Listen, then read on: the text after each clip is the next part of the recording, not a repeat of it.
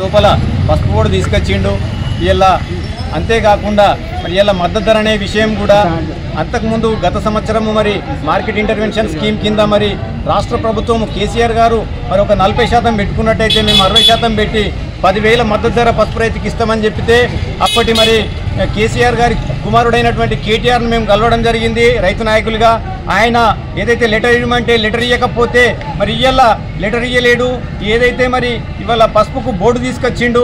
ఇవాళ జాతీయ పార్టీలైనా మరి బీజేపీ కానీ కాంగ్రెస్తోనే సాధ్యమవుతుందని మేము భావించి ఇలా 2019లో మూకుమ్మడిగా నామినేషన్లు వేస్తే పసుపు బోర్డును మరి సాధించుకున్నాము.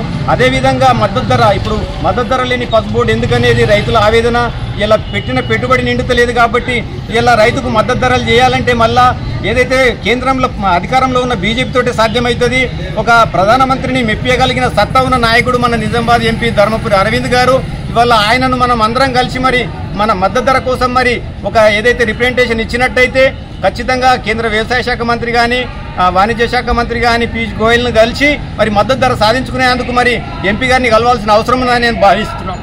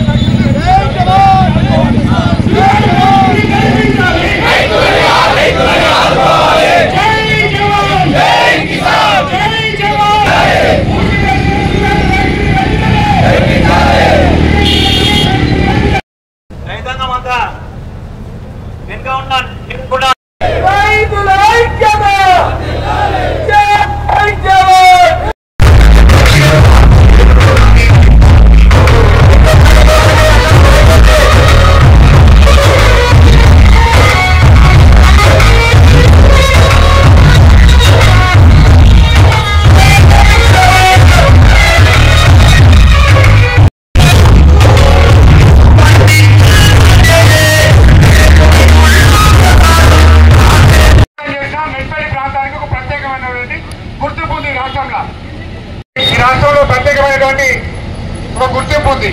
మిడ్పల్లి ప్రాంతంలో ఏ పోరాటం చేసినా రైతు పోరాటం కానీ మిడ్పల్లికి విచ్చేసినటువంటి రైతులందరికీ నా యొక్క హృదయపూర్వక